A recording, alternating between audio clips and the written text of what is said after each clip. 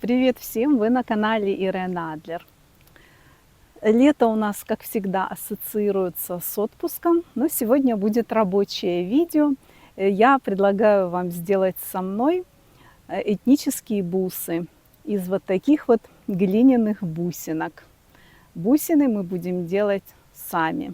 Ну а вдруг у кого-то из вас такой длинный отпуск, что вы захотите заняться творчеством, то как раз это видео для вас.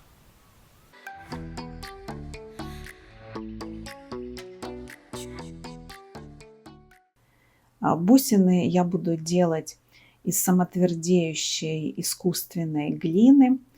У меня вот такая. Основными инструментами будут игла и спица.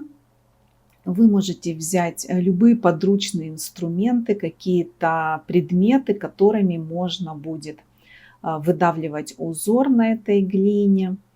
Ну и зубочистки для того, чтобы нанизывать готовые бусины, чтобы они сохли. Сразу нужно отломить несколько кусочков глины и завернуть ее, чтобы она не сохла. Эта глина сохнет на воздухе, поэтому ее нужно хорошо заворачивать, ну а по возможности как можно быстрее использовать. Мне понадобится вода, не для того, чтобы эту глину размачивать, а просто смачивать пальцы, дабы убрать с этой глины всякие трещинки, чтобы она была помягче. Если вы будете делать 2 или несколько одинаковых бусин, я рекомендую сразу отломить одинаковые кусочки, чтобы бусины получились более-менее одинакового размера. И я покажу, как сделать несколько основных, так скажем, бусин, которые я использовала в своих бусах. И вы можете придумывать самые разные формы, конечно, какие вам вздумаются, и наносить на них какой угодно рисунок. Итак, самую простую возьмем бусину в форме шарика, скатаем простой шарик из глины и наденем ее на иглу, для того, чтобы получилась сразу и дырочка, и чтобы удобнее эту бусину было держать, потому что глина мягкая, и пока вы будете наносить другой иглой рисунок, держа эту бусину, она может помяться. Ну и, естественно, наносимый иглой рисунок, он будет деформировать бусину, потому что вы будете давить этой иглой, а нужно, чтобы рисунок получился глубокий, потому как далее мы будем эти бусины прокрашивать. Нам нужно будет, чтобы в этих бороздках оставалась краска. Ну и, конечно, рисунок зависит от вашей фантазии. Можете сделать такой, который делаю я. Ну, а можете придумывать какой угодно свой. Для некоторого воображения или вдохновения я рекомендую вам подумать о пряниках и рисунках, которые наносятся на пряники. Очень уж этот цвет глины похож на имбирные пряники, которые пекут на Рождество. Ну и, соответственно, украшать их нужно самыми-самыми простыми узорами. Это линии, точечки, продавливать вот такие вот этими линиями полоски или делать звездочки, цветочки вот таким образом, как делаю их я. Вторую бусину тоже сделаю круглую и воспользуюсь спицей. На одном конце этой спицы у меня крючок. И этим крючком я сделаю такие как бы небольшие кратеры, такие ямки. В ямках лепесточки или звездочки, такие вот полосочки. В общем, такой эффект получится, как звездочки на бусине. Это для тех, кто не хочет придумывать какие-то узоры и быстренько сделать. Вот я вам показываю сразу наглядно те узоры, которые придумала я. Ну и точно так же эту бусину мы переодеваем на зубочистку и оставляем сохнуть.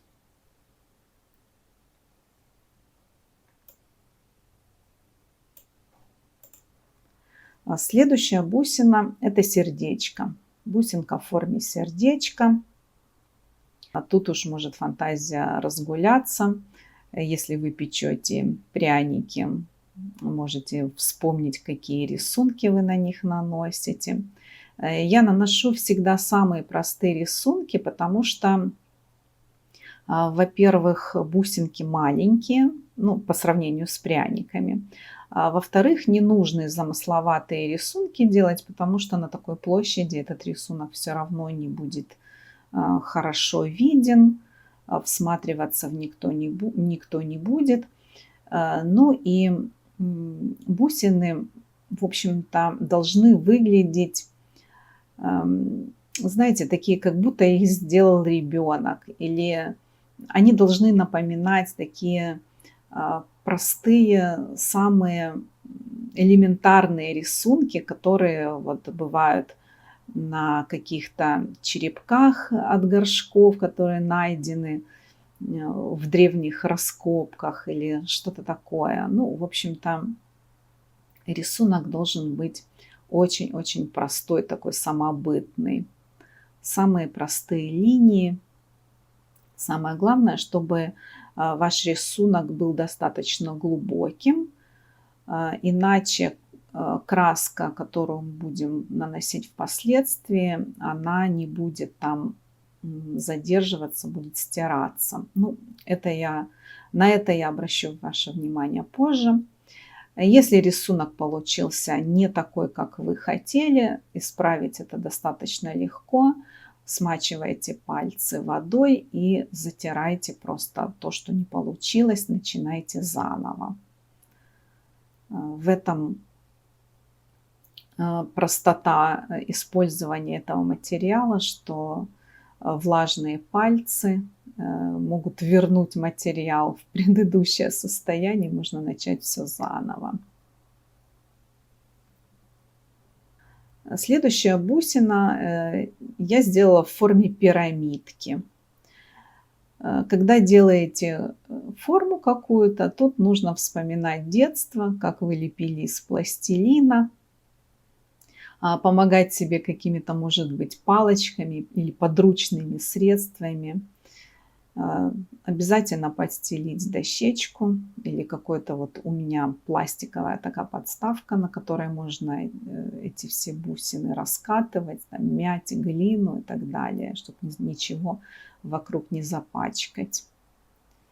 На пирамидке тоже я наношу самые-самые простые узоры в виде восходящего солнышка. Ну и не забывайте все-таки, что рисунок должен быть глубоким. Когда вы наносите рисунок, у вас обязательно форма бусины поменяется. Ну, там пальцами придавили или как-то где-то более нажали сильно на иголку. Поэтому потом эту бусину нужно немножечко подправить, чтобы она приняла ту форму, которую вы задумали. Ну и, как всегда, надеваю на зубочистку и отправляю сохнуть. Ну и последняя бусина, которую я сделаю, я иду от простого к сложному, и самое сложное из них — это такая бусина-птичка. Конечно же, птичка будет тоже самой простой форме, очень примитивная.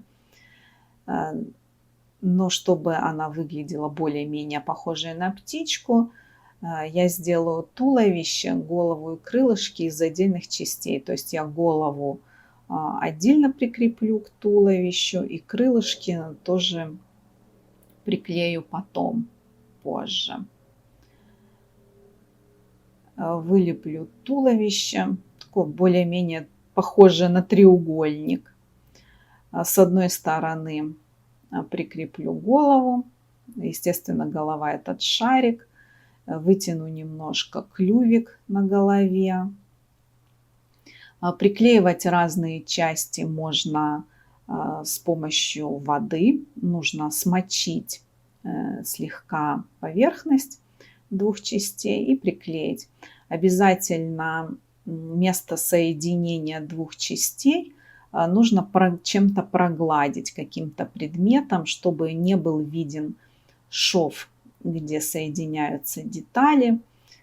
Снова вспомните немножко уроки лепки из пластилина в школе или в детском саду, когда две детали скрепленные, нужно вот так вот пригладить, чтобы не виден был этот шов.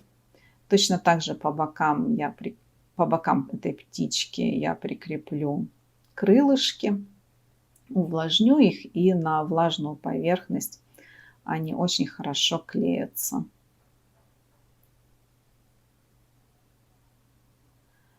Тоже крылышки, место соединения их я приглажу, чтобы это не было видно. Можно увлажнить. Вот я приглаживаю их просто вот этим вот крючком. Вы можете взять абсолютно любой предмет, который у вас есть. Если вы часто печете, может быть, у вас есть такие вот предметы, лопаточки для украшения печений. Но у меня нет, поэтому я пользуюсь такими вот простыми подручными предметами. Ну и наношу потом рисунок на птичку. Тоже абсолютно простой. Просто продавливаю глазки, делаю клювик, чтобы он был виден.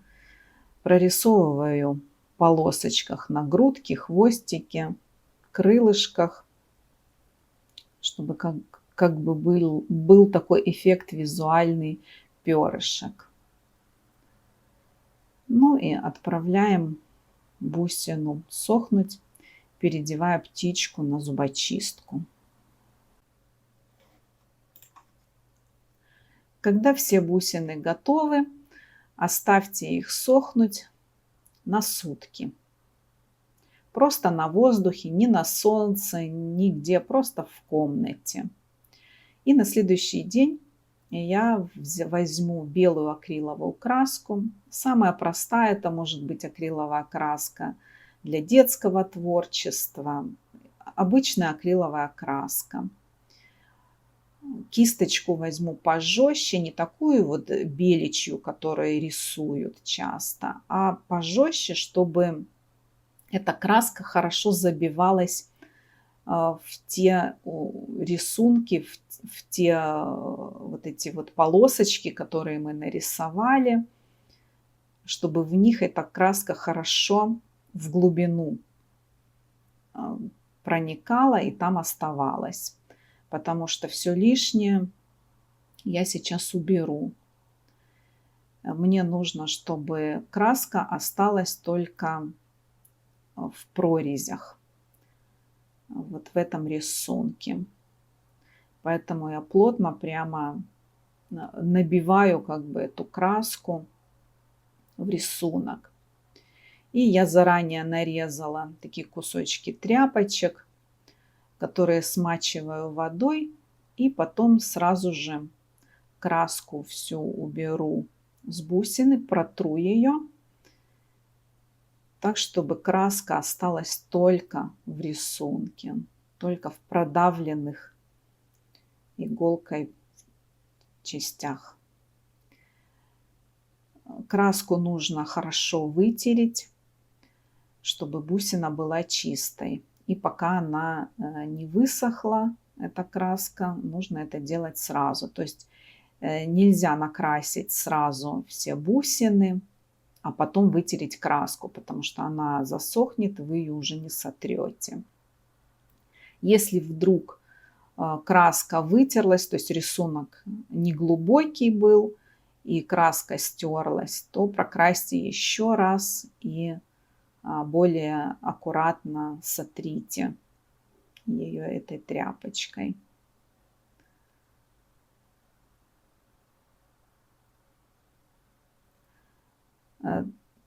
Тряпочки я нарезала такие вот маленькие кусочки, чтобы чаще их менять, потому что если тряпка уже испачкается глиной, то вытирать краску ей уже будет нельзя.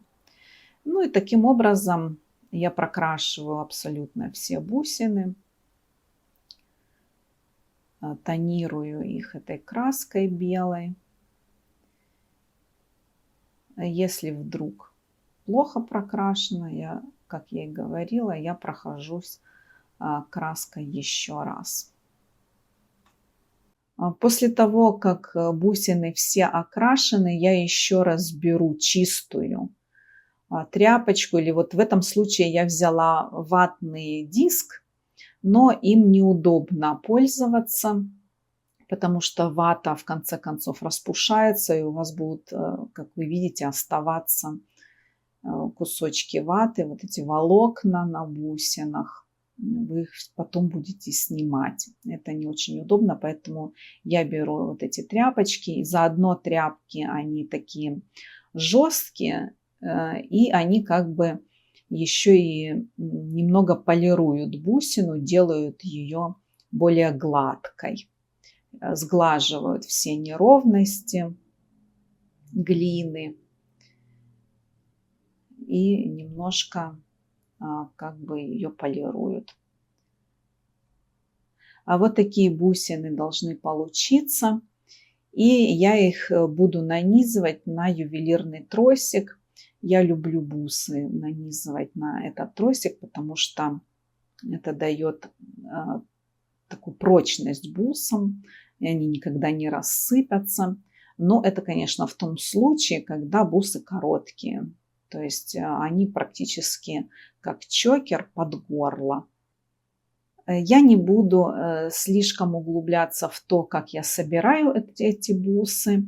У меня есть отдельное видео на канале, как я собираю бусы на тросик, какие материалы использую, какую фурнитуру, как с ней обращаться. Оставлю ссылку в описании.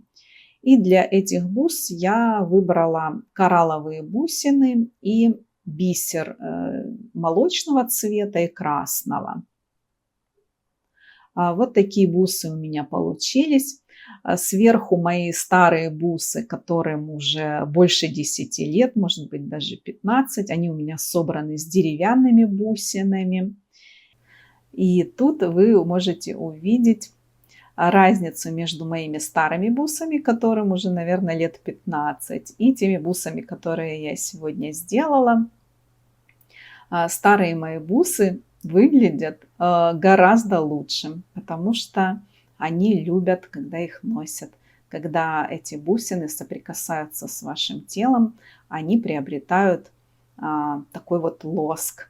Это, знаете, когда есть такие дорогие сумки, кожаные, когда их носишь, они приобретают так называемый загар. Ну и я надеюсь, что мой мастер-класс вам понравился. Вы будете использовать эту глину для украшений. Всего доброго, до встречи в следующем видео. Подписывайтесь на канал, ставьте лайки. Всем пока!